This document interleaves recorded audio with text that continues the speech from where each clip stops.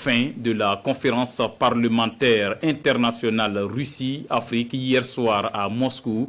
Une clôture marquée par la présence du président Vladimir Poutine assortie d'une promesse de partenariat dans le respect de la souveraineté des États africains.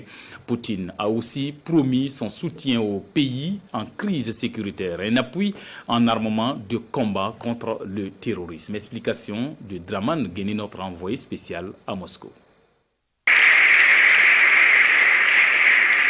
Une surprise à la clôture de la deuxième conférence parlementaire internationale Russie-Afrique. Le président russe Vladimir Poutine s'invite à la plénière ici à la Douma d'État. Dans son long discours, Vladimir Poutine appelle à composer avec la Russie dans le partenariat avec l'Afrique.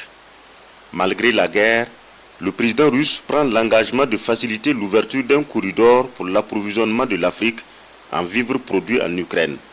Les produits russes qui croupissent sous le poids des sanctions occidentales iront en Afrique, surtout l'engrais. Une partie des ressources gelées, y compris gelées dans les pays européens, il s'agit des engrais par exemple, nous sommes prêts à les acheminer dans des pays en besoin à titre gratuit. Il promet un nouvel ordre mondial marqué par une présence renforcée de la Russie en Afrique. La coopération la plus urgente est celle sécuritaire pour mettre fin au terrorisme dans le Sahel. Un nouvel élan a été apporté à la coopération contre le terrorisme et l'extrémisme. Nous continuons notre interaction militaire et technique. Nous livrons les armes russes et le matériel militaire aux partenaires africains et nous continuons à former le personnel militaire.